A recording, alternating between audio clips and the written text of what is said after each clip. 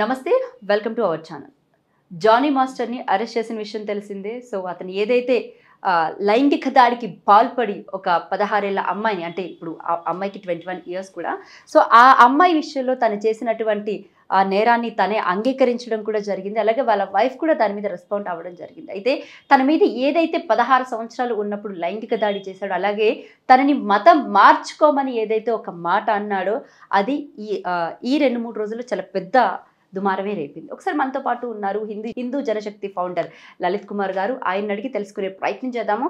Sir, చెప్పండి, అసలు ఈ అంశాన్ని, అంటే మీరు ఆల్రెడీ దీని మీద పోరాడారు, తను జైలుకు కూడా, అంటే రిమాండ్ కూడా పంపించారు. అయితే ఏదైతే మతం మార్చుకోవాలి అన్న అంశం ఉందో దాన్ని అసలు మీరు ఏ విధంగా చూస్తారు? ముందుగా అందరికీ నమస్కారం అండి. జానీ మాస్టర్ విషయంలో చూసుకున్నట్లయితే ఇక్కడ 2 కోణాలు చూడాలండి. ఒకటి మతపరమైంది, 2 నైతికతకు సంబంధించింది.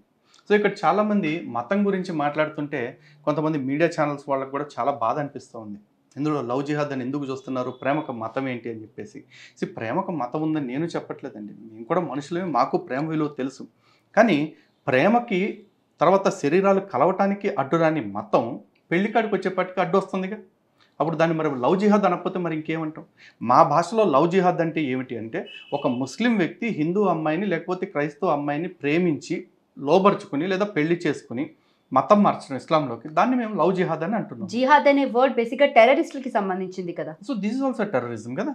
నేను అనేది ఏంటంటే, దాన్ని జిహాద్ అనే పదాన్ని లవ్కి ఎందుకు కనెక్ట్ చేశాము అంటే, నిజంగా జిహాద్ అనే పదం చూసుకున్నట్లయితే గన్నులు పట్టుకుని బాంబులు పట్టుకుని పక్క దేశాల నుంచి ఇక్కడికి వచ్చేసి పవిత్ర యుద్ధం చేస్తున్నాము అంటారు. ఎవడి మీద పవిత్ర యుద్ధం చేస్తున్నాడు? నాన్ ముస్లిమ్స్ మీద వాడు పవిత్ర యుద్ధం పేరుతోటి దాడులు చేసి చంపేస్తున్నారు, విశ్వాసంలో లేరు కాబట్టి వాళ్ళ మతంలో. అలాగే హిందువులు కావచ్చు, క్రైస్తవులు కావచ్చు, వాళ్ళందరినీ కూడా మతం ప్రేమ పేరుతోటి లోబరుచుకుని మత మార్పిడి చేస్తున్నారు. నా మతం కానోళ్ళు కాబట్టి వాళ్ళని నేను ఏదో ఒక విధంగా లోబరుచుకుని మతం మారుతున్నాను అంటున్నాడు. అందుకే ప్రేమకి లవ్ జిహాద్ అనే మాట వాడుతున్నాం. సో ఇప్పుడు ఇతని విషయంలోకి వచ్చేప్పటికి లవ్ జిహాద్ అని ఎందుకు మాట్లాడుతున్నాం? ఇతను ఒక హ్యాబిట్యుయేటెడ్ లవ్ జిహాదీలాగా కనిపిస్తున్నాడు మాకు. ఈరోజు ఇతని భార్య ఉన్నారు, ఇప్పుడు ఆవిడ పేరు ఆయేషా అట. ఆయేషా గారికి పూర్వాశ్రమం ఏంటి అని చూస్తే ఆవిడ అసలు పేరు సుమలత. సుమలత గారిని పెళ్లి చేసుకుని ఆయేషాగా ఎందుకు మార్చాల్సి వచ్చింది అంటే, ప్రేమించుకున్నప్పుడు సుమలతగా ఉన్నప్పుడు లేని అభ్యంతరము పెళ్లి చేసుకోవటానికి మాత్రం సుమలతగా ఉంటే ఎందుకు నచ్చలేనికి, ఎందుకు ఆయేషాగా మార్చాల్సి వచ్చింది? ఒక్క ఆయేషా అయితే పర్వాలేదు. ఈ రోజున అనుష అనీసా అవుతుంది, కళ్యాణి కలీం అవుతుంది, రజని రజియా అవుతుంది. ఇలాంటి ఎన్నో సంఘటనలు మేము చూస్తున్నాం. మరి ఇవన్నీ చూస్తున్నప్పుడు దీని వెనకాల లవ్ జిహాద్ కుట్ర లేదు అని మేము ఎట్లా అంటాం? ఈ లవ్ జిహాద్ కుట్ర గురించి నేను మాట్లాడింది కాదుగా. కేరళలో హాదియా కేసు విషయంలో కేరళ హైకోర్టు స్వయంగా చెప్పిన మాట. అవును. సో ఇప్పుడు దీనికి మతం ఉంది. ఆల్రెడీ ఒక అమ్మాయిని మతం మార్చాడు. ఇప్పుడు రెండో అమ్మాయిని కూడా చూసుకుంటే, ఒక హిందూ అమ్మాయినే ఇష్టపడి ఆ అమ్మాయితోటి లైంగిక సంబంధం పెట్టుకుని అమ్మాయిని ఇప్పుడు మతం మారితే పెళ్లి చేసుకుంటాను అంటూ ఫోర్స్ చేశాడనే కదా అమ్మాయి కేసు పెట్టింది. ఎందుకు అమ్మాయి మతం మారకపోతే ఏంటి నీకు రోగం? అసలు నువ్వు మతం అనే కాన్సెప్ట్ ఎందుకు వస్తుంది? అమ్మాయితో 6 ఏళ్ళు రిలేషన్లో కంటిన్యూ చేయడానికి నీకు మతం అడ్డు రాలేదే. పెళ్లి కాడికి వచ్చేపటికి మతం అడ్డు వస్తుంది. అండ్ మోర్ ఓవర్ ఇక్కడ నైతికత అనే టాపిక్ ఇంకోటి చెప్పాను. నిజంగా చూడండి, ఇప్పుడు అమ్మాయికి 21 సంవత్సరాలు. అమ్మాయితో వీడు 5.5-6 సంవత్సరాల నుంచి రిలేషన్లో ఉన్నాడని తెలుస్తుంది. అంటే హార్డ్లీ అమ్మాయి 15-16 ఏజ్ ఉన్నప్పటి నుంచి. అంటే ఇతనికి 40 ఇయర్స్, ఇప్పుడు 41 అని చెప్తున్నాను. అమ్మాయికి అబ్బాయికి 21 ఏజ్. అంటే ఆల్మోస్ట్ ఇతనికి ఒక కూతురుతో సమానం. కూతురుతో సమానం కూడా కాదు, నిజంగా చెప్పాలంటే కూతురులాగా అనుకోవాలి. ఎందుకంటే ఇతను డాన్స్ మాస్టర్, అమ్మాయి స్టూడెంట్. ఒక గురువుకి స్టూడెంట్ ఎలా చూసుకోవాలి? తండ్రి బిడ్డ సంబంధంగా చెప్తారు కదా. సనాతన ధర్మము, భారతీయ సంప్రదాయంలో అయితే ఖచ్చితంగా తండ్రి అంటే గురువు అనేవాడు తండ్రితో సమానం అనే చెప్తారు. అలాగే గురువు కూడా తన శిష్యురాల్ని బిడ్డలాగానే చూసుకోవాలి. తన శిష్యుడినైనా సరే కొడుకులాగా చూసుకోవాలి. అలా చూసుకున్న సందర్భాలు, సంఘటనలు మన ధర్మంలో ఎన్నో ఉన్నాయి. ఆ కనీస విచక్షణ కూడా లేకుండా అమ్మాయి కాబట్టి, నేను మగోడిని కాబట్టి ఏదైనా చేసేసుకోవచ్చు అని చెప్పేసి ఒక అన్యం పుణ్యం తెలియని పసిపిల్లతోటి, ఇప్పుడు 16 ఏళ్ల పిల్ల అంటే చిన్నపిల్లే కదా. ఆ అమ్మాయి ఒకవేళ తన అవసరం దృష్ట్యాను లేకపోతే తనకు అవకాశాల కోసం అని చెప్పేసి ఇతను చెప్పిన దానికి ఒప్పుకుని ఉండొచ్చు కాక. కానీ గాడిద వయసు వచ్చినోడు ఏం చెప్పాలి? అమ్మ ఇది కరెక్ట్ కాదు, నీవు చిన్నపిల్లవి, నీకేమీ తెలియదు కాబట్టి నీ తండ్రి స్థానంలో ఉండి నేను చెప్తున్నాను. గురువు అంటే ఏంటి? మార్గం చూపించేవాడని అర్థం. విద్యను నేర్పించేవాడు మాత్రమే గురువు కాదు కదా. మరి తన మార్గం చూపించకుండా అమ్మాయిని ఎందుకు అడ్వాంటేజ్ తీసుకున్నాడు? ఇదే విషయం మేము మాట్లాడుతుంటే కొంతమంది సొసైటీలో ఉన్న అతి మేధావులు బయటకు వచ్చేసి, ఆ అమ్మాయి తన అవసరం కోసం వెళ్ళింది, వీడు తన అవసరానికి వాడుకున్నాడు, ఇక్కడ ఎందుకు ఇంత ఒక్కడనే టార్గెట్ చేస్తున్నారు అంటారు. ఒక్కడనే టార్గెట్ చేస్తారు ఎందుకంటే ఆ అమ్మాయి ఎప్పుడైతే వీడి దగ్గర ఇరుక్కుందో అప్పుడు అమ్మాయి వయసు ఎంతండి? 16 సంవత్సరాలు. 16 సంవత్సరాల పసిపిల్ల, మైనర్ అమ్మాయికి గాడిద వయసు వచ్చినట్టు చెప్పాలా చెప్పొద్దా? చెప్పాలి. మరి చెప్పలేదు. దీన్ని మేము తప్పు పడుతుంటే ఆ అమ్మాయిని ఎందుకు తప్పు పట్టరు అంటాడు ఒకడు. ఇంకొకడు వచ్చేసి ఎన్నాళ్ళ నుంచి లేదు ఇప్పుడు ఆ అమ్మాయి బయటకు ఎందుకు వచ్చింది అంటే, ఎప్పటికప్పుడు బయటకు వచ్చింది కదా, తనకు ఆ బయటకు రావాలన్న ఆలోచన రావడానికి, బయటకు ధైర్యంగా రావడానికి ఇంతకాలానికి ధైర్యం వచ్చిందేమో. Let us appreciate her. ఇప్పుడు కూడా మనం అలాంటివి కాకుండా ఖండించామనుకోండి, రేపు భవిష్యత్తులో నిజంగా బాధితురాలైన ఆడపిల్లలు ఎవరైతే ఉంటారో వాళ్ళు బయటికి రావాలంటే కూడా భయపడతారు. అంటే నేను బయటకు వస్తే సమాజం తిరిగి నన్నే తప్పు పడుతుందేమో అన్న భయంతో ఆడవాళ్ళు ఆగిపోతారు. అవును. అలాంటప్పుడు ఇంకా ఆడవాళ్ళ మీద ఈ మీటూలు కావచ్చు, కాస్టింగ్ కౌన్సిల్ కావచ్చు, ఇంకెప్పటికీ ఆగవవి.